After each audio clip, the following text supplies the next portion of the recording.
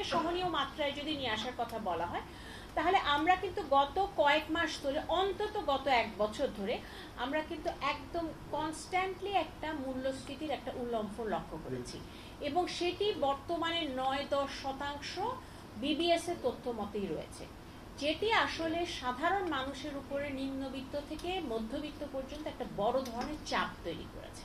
সুতরাং প্রশ্নটা যেটা, সেটা হচ্ছে যে বাজেটে আসলে এই মূল্যস্ফীতিটাকে কিছুটা নিয়ন্ত্রণের মধ্যে রাখা এবং স্বস্তি দেওয়ার জন্য কি কি ধরনের পদক্ষেপ নেওয়া হয়েছে এবং আরো কি কি আসলে করা যেত। তো এই প্রথম চ্যালেঞ্জটাকে নিয়ে যদি বলা হয়, তাহলে প্রথম কথা হচ্ছে যে আমরা দেখেছি যে গত বছরের তুলনায় যদি আমরা লক্ষ্য করি বা তার আগের বছরের তুলনায় লক্ষ্য করি, বাজেটের হার কতটুকু বেড়েছে, এবার দেখা গেছে যে 5% মতো বেড়েছে। সুতরাং কিছুটা বাজেটটাকে ছোট রাখা এবং বাজেটে যে ঘাটতি সেটাকে কিছুটা ছোট রাখার একটা প্রবণতা লক্ষ্য করা গেছে। কিছু কিছু জায়গায় আমরা কিছুটা সাধনের কথা দেখেছি। আরো কিছু কিছু জায়গায় আমরা যেটা দেখেছি সেটা হচ্ছে যে বিভিন্ন ক্ষেত্রে মূসক এবং আমদানি শুল্ক, এই দুটো জায়গায় কিছু কাটছাট করা হয়েছে। যেমন একটা গুরুত্বপূর্ণ আমি বলবো যে একটা ভালো পদক্ষেপ আমরা লক্ষ্য করেছি যে উৎস কর, ঋণপত্র খোলার ক্ষেত্রে যে উৎস কর, সেটা কয়েকটি গুরুত্বপূর্ণ পণ্যের ক্ষেত্রে এটা কমিয়ে আনা হয়েছে। আমরা আশা করি এটার হয়তো একটা প্রতিফলন বাজারে আমরা দেখতে পাবো, সামান্য হলেও এটার একটা প্রতিফলন হয়তো দেখা যাবে। সুতরাং এইগুলোকে আমরা ইতিবাচক দিক দিয়ে দেখছি।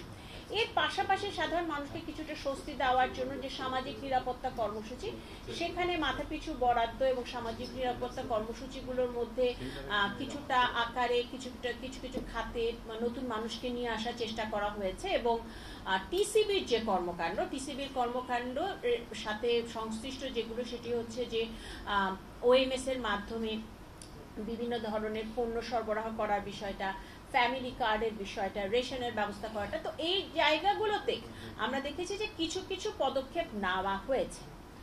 তো এখন বিষয়টা হচ্ছে যে, বা প্রশ্নটা যেটা, সেটা হচ্ছে যে এগুলো যে বাজেটে যে বিভিন্ন পদক্ষেপ নেওয়া হয়েছে, সেটার সাথে বাজেটে আসলে প্রাক্কলন কি করা হয়েছে।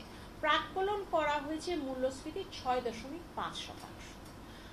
প্রশ্নটা যেটা, সেটা হচ্ছে যে যখন 6.5% মূল্যস্ফীতির প্রাক্কলনটা করা হয়, যখন আমরা বর্তমানে 9-10% মূল্যস্ফীতির মধ্য দিয়ে যাচ্ছি, সেখানে এই যে বিভিন্ন ধরনের ইনিশিয়েটিভের কথা বললাম, অবশ্যই এগুলো হচ্ছে গুরুত্বপূর্ণ বিভিন্ন ধরনের কর্মকাণ্ড, কিন্তু আরো ছোটখাটো বিষয় আছে যেগুলো ডিটেইলে আমরা যাচ্ছি না। সেটা কি আসলে যথেষ্ট, সেখানেই আসলে প্রশ্নটা থেকে যায়।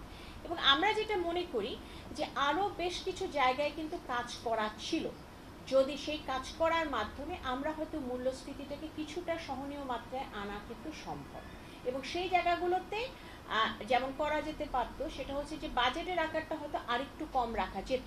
হ্যাঁ, অবশ্যই আমরা জানি আমাদের বাজেটের আকারটা, নির্দিষ্ট বাজেটের আকার একটা থাকার দরকার, কিন্তু যেটি বিষয় সেটি হচ্ছে যে যখন আমরা এক ধরনের সংকট বলবো না, বাট অন্তত বলবো যে একটা বড় ধরনের চ্যালেঞ্জের মধ্যে যখন আমরা আছি, তখন সাধারণ মানুষকে কিছু স্বস্তি দেওয়ার জন্য আমাদের আভ্যন্তরীণ খাতের ঋণ এবং বৈদেশিক ঋণ দুটোরই কিন্তু নেতিবাচক প্রভাব রয়েছে।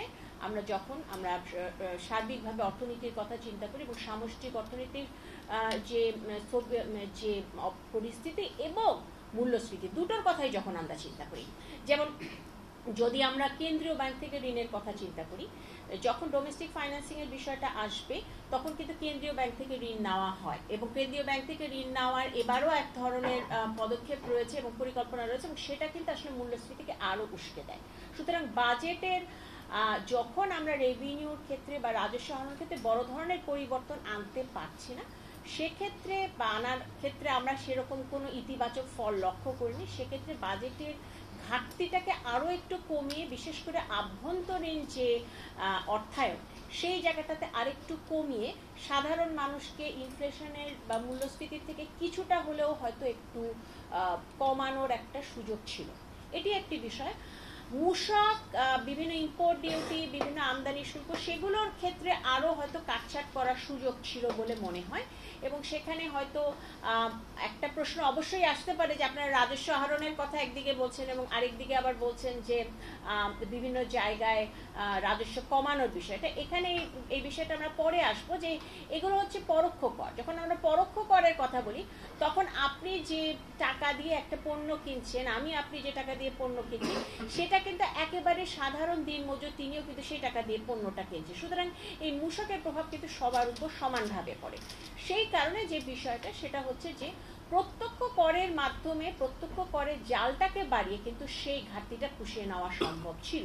কিন্তু সেক্ষেত্রে আমরা কিন্তু প্রতি বছরে যেটা লক্ষ্য করছি, কর হারের দিকে যতটা নজর দেওয়া হচ্ছে, করের আওতা বা করের জালটাকে বাড়ানোর দিকে কিন্তু সেই নজরটা দেওয়া হচ্ছে না। এবং সেই কারণেই কিন্তু প্রতি বছর দেখা যাচ্ছে যে বাজেটের যে ঘাটতিটা হচ্ছে, সেই ঘাটতিটাকে পুষিয়ে নেওয়ার জন্য আবার অর্থায়ন করা হচ্ছে, এবং সেটার আবার একটা সার্বিকভাবে অর্থনীতিতে একটা নেতিবাচক প্রভাব পড়ছে।